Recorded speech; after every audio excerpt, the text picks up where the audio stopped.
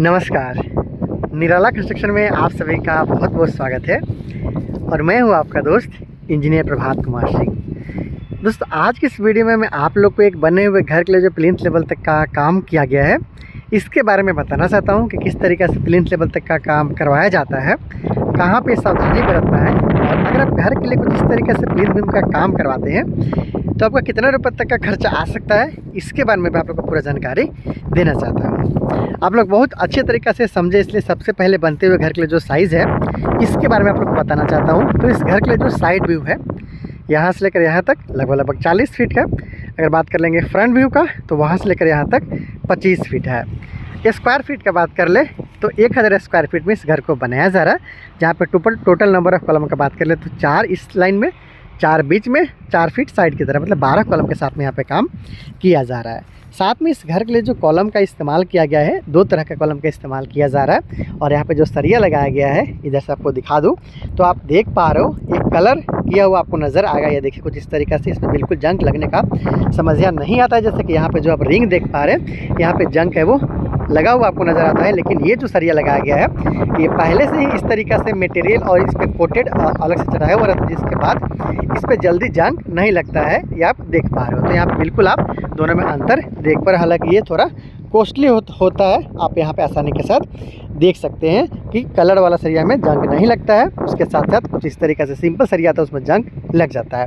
तो इस तरीक़े से 16 mm का 4 सरिया का इस्तेमाल किया गया है और 12 mm का 2 सरिया का इस्तेमाल किया गया है। 8 mm का रिंग का प्रयोग करते हुए यहाँ पे कॉलम का काम को किया जा रहा है। कॉलम का अगर साइज़ का बात कर ले तो इस कॉलम को 12 इंची बाई 9 इंची का साइज़ में रखा गया है, जबकि एक डिफरेंट साइज़ का भी कॉलम का इस्तेमाल किया गया है। यहाँ पे आप देख सकते हो इसका साइज़ 9 इंची बाई 9 इंची का है, 9 इंची बाई 9 इंची का है। और यहाँ पे 4 सरिया का इस्तेमाल किया गया है, 16 mm का और 8 mm का रिंग का प्रयोग यहाँ पे किया गया है। तो दोनों कॉलम में 8 mm का रिंग का प्रयोग किया गया है।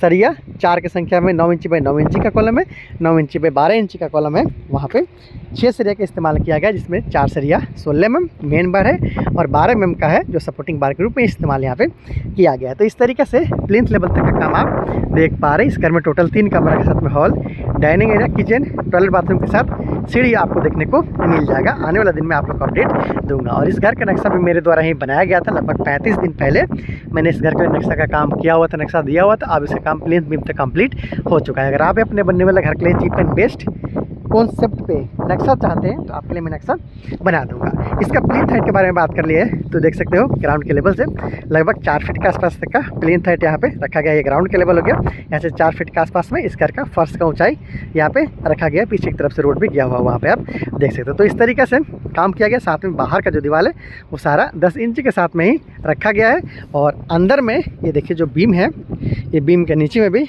यहाँ पे जो एक रद्दा का जोड़ाई का काम है वो किया जाता है। देखिए कुछ इस तरीके से ये 10 इंची का जो बीम है हमारा, उसके नीचे में सिर्फ एक रद्दा मिट्टी भरते हुए, एक रद्दा का सोलिंग करते हुए बीम का काम कुछ इस तरीके से किया गया। तो नीचे में बहुत सारे लोग इस तरीके से बीम के नीचे में ब्रिक वर्क कराते हैं, तो वो ज़रूरी नहीं। अगर कॉलम टू कॉलम का सही डिस्टेंस है, आपका सही कॉलम और बीम का साइज़ का इस्तेमाल किया हुआ है, तो नीचे का जो ब्रिक वर्क होता है उसका पैसा आप बचा सकते हो, जैसे कि यहाँ पे किया गया है। और इसके कारण इस घर बनाने में काफ़ी जो पैसा है उसका भी कमी आया है। इस घर को बनाने में लगभग 2,90,000 रुपये के आसपास तक में खर्चा है वो आ गया है।